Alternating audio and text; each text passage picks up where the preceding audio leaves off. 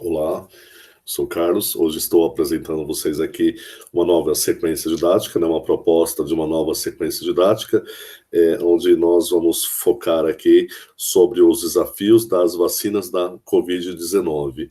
Então, vou compartilhar a tela aqui para que nós possamos ter condições aqui. Essa é a página principal do meu canal.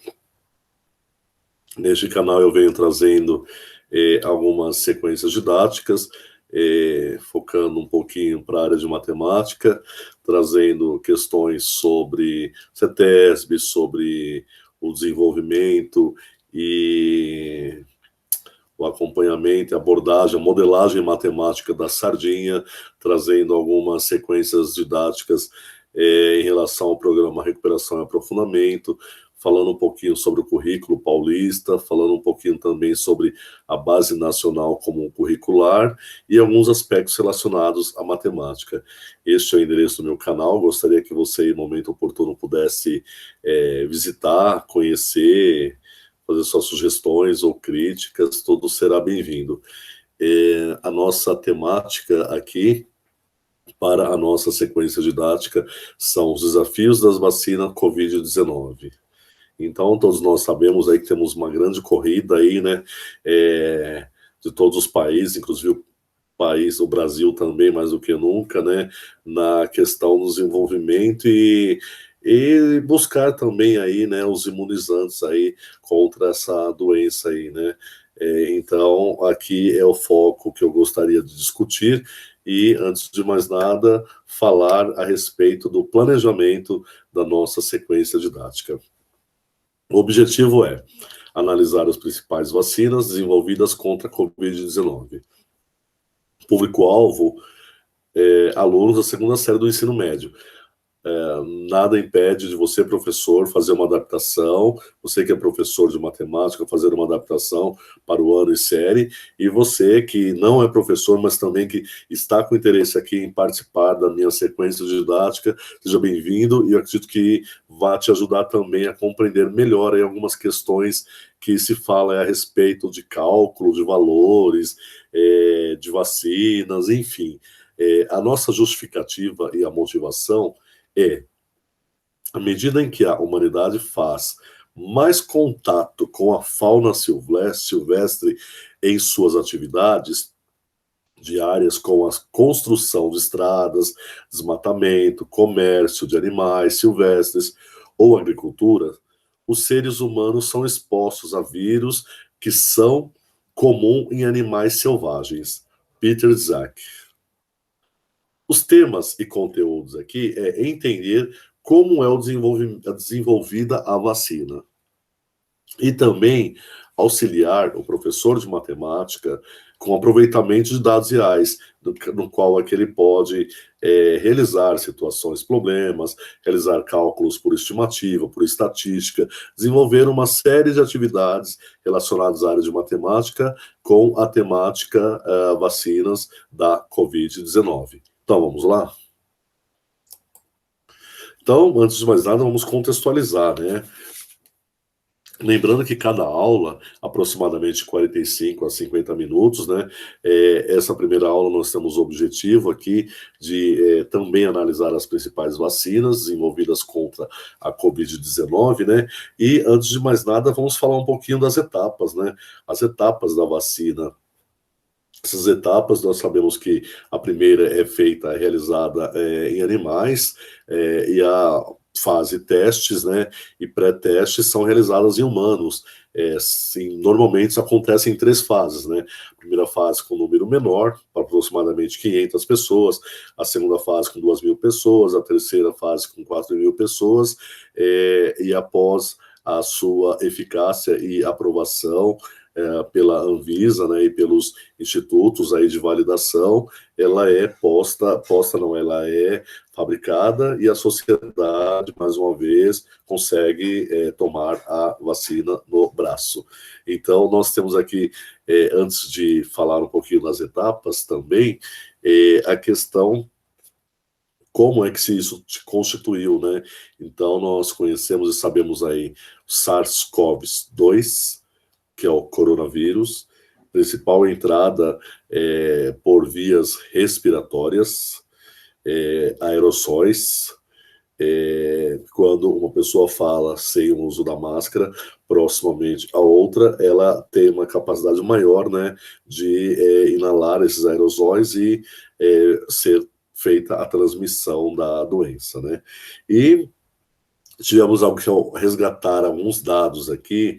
Em 10 de fevereiro de 2020, descobriu-se o sequenciamento do SARS-CoV-2, que é o avanço, né, do conhecimento, né, que é a leitura do DNA, o RNA, falando um pouquinho como que é a composição desse vírus, como é que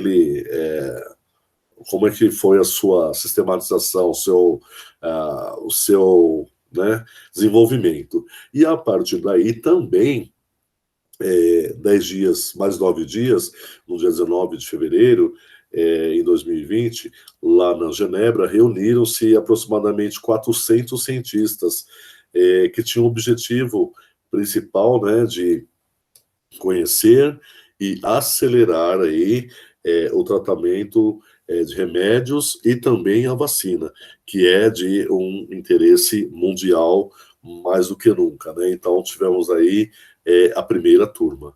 E essa primeira turma, em dezembro de 2020, nós tivemos aí aproximadamente aí uma média de 200 vacinas já propriamente dito assim que em status de testes, né? Dessas, 160 estavam na fase inicial, 69 em fases clínicas, né? Fases clínicas são essas de testes em humanos, né? E 20 estavam em fase final. Dessas 20, vou citar aqui as que nós conhecemos mais do que nunca, que está aí no mercado, aí, eu falo no mercado, que está aí com a sua... estão em evidência aí, né? Na fase final, que as vacinas lá da Gamaleya, a Rússia, a Butantan, a Sinovac, a Oxford, né, que é a AstraZeneca, a da Pfizer, BioNTech, a Moderna e entre outras que estão aí tentando aí ganhar o mercado, e não só ganhar o mercado, né, trazer aí a eficácia. E para desenvolver a eficácia delas, né, nós temos aí um grande aspecto que é a nanotecnologia. Já ouviram falar em nanotecnologia? Nano significa pequeno. Então são pequenas partículas, pequenas camadas, pequenas características e suas propriedades pequenas da revolução tecnológica são valores na produção exata para cada item. Por exemplo, na fabricação de remédio, tem que ter lá a sua composição específica para a fabricação de tal remédio, com tanto ml. Não sei se vocês estão conseguindo entender a partir daí. Assim como a transformação do processo, a identificação da bactéria tem que ter o tamanho específico, o tamanho de uma célula, ela é específica. As dimensões na escala. Escala significa ali na régua que eu tenho ali 1 para 100, 1 para 1000, 1 para 200 e assim sucessivamente. E a modificação e criação de novos materiais também estão relacionadas aí à questão da nanotecnologia. Novos materiais, a questão aqui das proteínas recombinantes, que é pedaços de vírus, né, que é manipulado em laboratório e que deve, né, e que está sendo manipulado aqui, trabalhado para proteger o sistema imunológico, né? Então, através daí que nós falamos aí o que é que vem a ser a nanotecnologia. Mais à frente aqui, nas próximas aulas, nós vamos conhecer melhor todo esse processo aí de nanotecnologia que está relacionado, sim, à questão da produção da vacina e que está relacionado aí a todo esse contexto. Para a aula 2, também de 45 a 50 minutos, né, é a caracterização das principais vacinas, as já aprovadas, né, que estão aí no mercado, né, o objetivo específico é identificar a origem e eficácia das vacinas já lançadas no mundo. Conforme eu falei anteriormente, né, nós temos aqui algumas delas, né, as vacinas, o país, a eficácia, a fase de teste e as pessoas testadas. Então, eu vou exemplificar aqui. A AstraZeneca, que é desenvolvida, AstraZeneca Oxford, que é lá do Reino Unido, né? Então, nós temos a eficácia de 70,4%, estamos aí na fase teste, né? Ela passou para a fase 3, concluída, né? Com resultado revisado, né? Houve a necessidade de revisar o resultado, mas ele foi um resultado que atendeu às expectativas, as pessoas que foram testadas foram 11.636 voluntários que participaram dessa análise de eficácia no Reino Unido e Brasil. No caso, a Coronavac Sinovac, né, que é produção lá na China, aproximadamente a sua eficácia de 50,38%, 78% em casos leves e 100% em casos graves ou moderados. Então, a fase 3 também foi concluída. Tiveram aí 13 mil pessoas testadas no Brasil, entre voluntários, não só no Brasil, né, mas na China, na Indonésia, na Turquia, em Bangladesh, Filipinas, Arábia Saudita e Chile. Então, essas 13 mil pessoas, além do Brasil, né, comporam aí essa questão dessa fase teste. E aqui eu vou citar a última, que é a Pfizer-BioNTech, né, que está aí sendo testada não, está sendo aí, temos aí já a vacinação no Brasil, né, ela foi produzida, né, nos Estados Unidos e Alemanha, a eficácia de 95%, né, a fase 3 foi concluída, e as pessoas testadas aí, 43.661 voluntários, entre Estados Unidos, Brasil, Argentina, Alemanha, Turquia e África do Sul. Então, nós temos aqui um quadro, um recorte aqui das principais existentes aí no mundo e no mercado, e principalmente aqui no Brasil. E na aula 3, como sugestão de atividade para o professor, ou até mesmo você, fazer uma análise, né? Elabore um gráfico e considere a sua eficácia. Que gráfico? Um gráfico com o nome das principais vacinas, encontrando ali as eficácias. Então, ela vai desde 50,34% até quase 100%, né? Considerando o nome dela. Você pode montar e elaborar um gráfico, sendo um gráfico talvez aí de pizza, um gráfico de setores, um gráfico de barras, para identificar e qualificar cada uma delas, ou pode também elaborar um gráfico que possa apresentar a quantidade de vacinas testadas nos países. Então, ali em quantidade, né, as vacinas, e a quantidade também, que vai ser um gráfico diferente. E o professor também ele poderá realizar a devolutiva aprofundando com outras vacinas no mercado, ou até mesmo desenvolvendo, além de gráficos, né, trabalhando, aí, no caso, em tratamento da informação, que é a estatística, né, ele pode trabalhar média, mediana, moda, ele vai trazer aí aquilo de acordo com o seu público-alvo que ele tem aí na sala de aula. Aqui eu trago um recorte, nós podemos observar aqui uma imagem de uma pele humana, né? Então ele fala aqui, em algum momento, de penetração de nanopartículas na pele. Como assim? Como que isso é utilizado? Por exemplo, nós estamos no período aqui do inverno. No inverno nós sabemos que a pele resseca bastante. Então muitos acabam utilizando cremes, produtos que possam aí deixar a pele num momento um pouco mais tranquila, como acontece também no verão, né, o ressecamento também, né, muitas pessoas utilizam os protetores solares também, a fim de minimizar aí algumas questões que podem danificar aí a pele também, que é o ressecamento no inverno, o uso de cremes, protetores, e também vírus, bactérias e outras doenças que podem também serem causadas pela pele. O que isso tem a ver? Esse exemplo, vocês podem observar aqui, No caso dessa pele, cada camada uma é diferente da outra.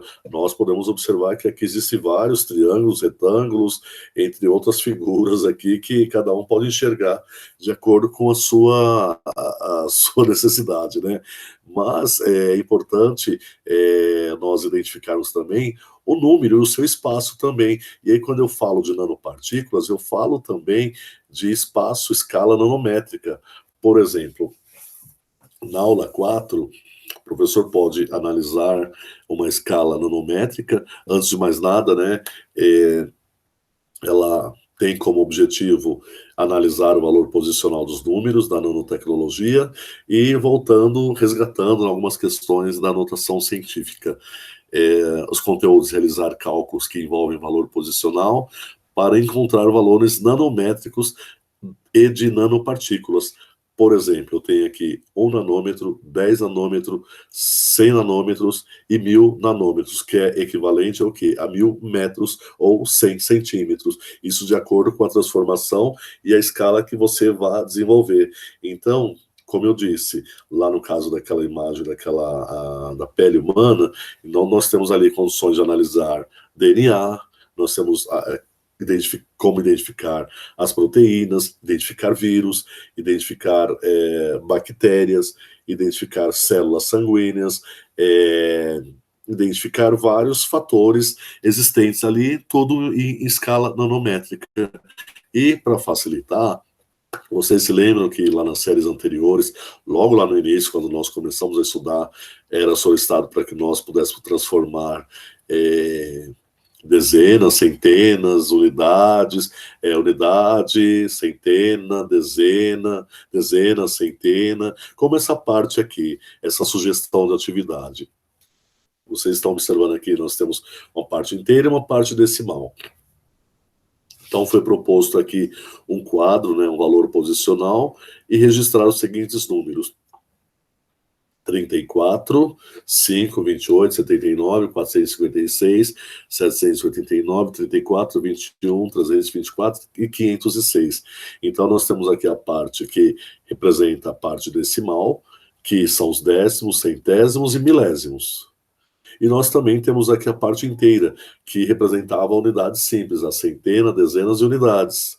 Então, eu chamo a atenção para que você possa analisar essa sequência, tentar desenvolver essa sequência com seus alunos, ou trazendo, resgatando essa sequência, que ela também dá de encontro ao entendimento quando eu venho falar de notação científica, quando eu venho falar também das nanopartículas. Eu tenho outro exemplo aqui a seguir, uma sugestão: reconhecer a notação científica utilizando a potência de base 10 para a representação de números grandes e pequenos, micropartículas e nanopartículas, ambas pequenas. Então, nós temos aí 1 tonelada é equivalente a 1000 quilos. Como ela é transformada em nanopartículas, 10 elevado ao cubo em quilos. Então, quando eu tenho aqui também 1 quilo, eu tenho equivalente a 1000 gramas, que também elevado ao cubo, ele é 10 elevado à terceira. E quando eu tenho 1 grama, também aqui ele tem 1000 microgramas, miligramas, né? E elevado aqui 10 elevado ao cubo. E quando eu tenho aqui o último aqui, 1 micrograma, eu tenho aqui a transformação dele, né, em microgramas aqui, e eu tenho aqui elevado a 10 elevado a menos 6. Menos 6, que é equivalente a micrograma. Então, essas transformações que nós utilizávamos lá são todos os dados relacionados às micropartículas e nanopartículas. Então, as vacinas também são desenvolvidas também com toda essa questão de uma quantidade específica para cada componente, como foi mostrado lá o exemplo da pele, também foi exemplificado lá, cada uma na escala e cada um no seu valor posicional.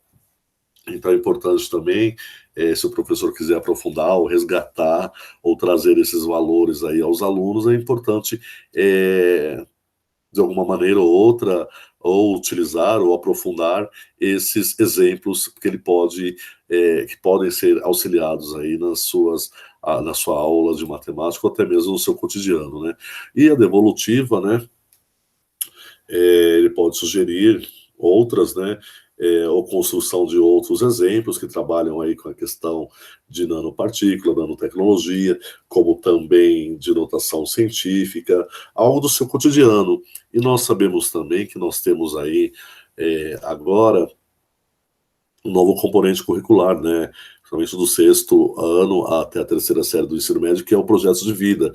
Então, que tal aí levar ao seu aluno ou até mesmo professor quais são as profissões envolvidas aí que podem serem trabalhadas aí nesse contexto, não só da investigação científica, mas também na questão das nanopartículas, como as demais figuras e exemplos que nós mostramos aí. Que tal aí contextualizar, aprofundar um pouquinho essa questão das profissões que podem ser desenvolvidas nesse cotidiano, nesse contexto aí. Então, um convite que nós fazemos a você também.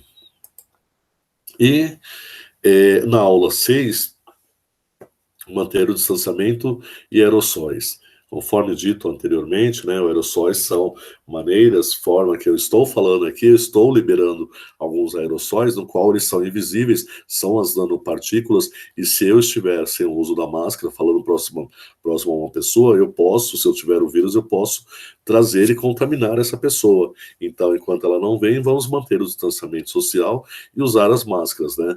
Então, aqui é uma questão de cidadania, compreensão, né? Entender como se contamina com os aerossóis, né? O professor pode buscar outras referências também, né?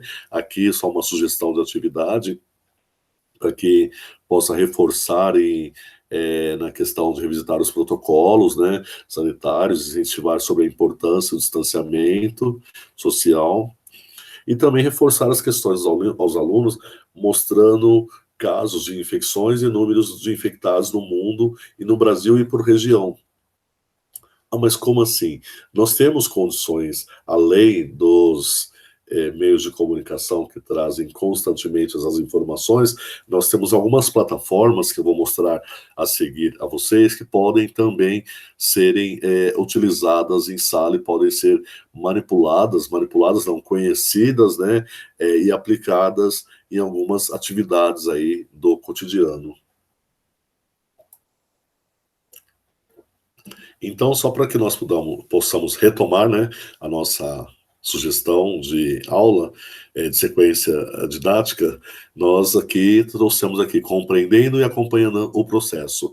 Então, os materiais e recursos necessários aqui que nós utilizamos foram artigos, documentários, vídeos, revistas, acesso aos sites da Organização Mundial da Saúde, ministérios, secretarias e recursos tecnológicos.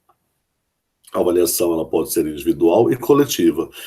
Os critérios também através de estudos de caso, podcast e produção de vídeos e incentivo, mais do que nunca, do professor em motivar seus alunos a tornarem-se jovens cientistas. Por que não? Já que estamos trabalhando em um contexto aí de 1 ou 2 anos, aproximadamente quase 2 anos aí, que vem um número, vem uma informação, tem outra, é um assunto que parece que não termina, mas por que não investigar, tornar-se um investigador a respeito do assunto? Eu já estou me tornando, por isso que estou apresentando aqui essa sequência didática para vocês. E trago aqui também algumas sugestões complementares.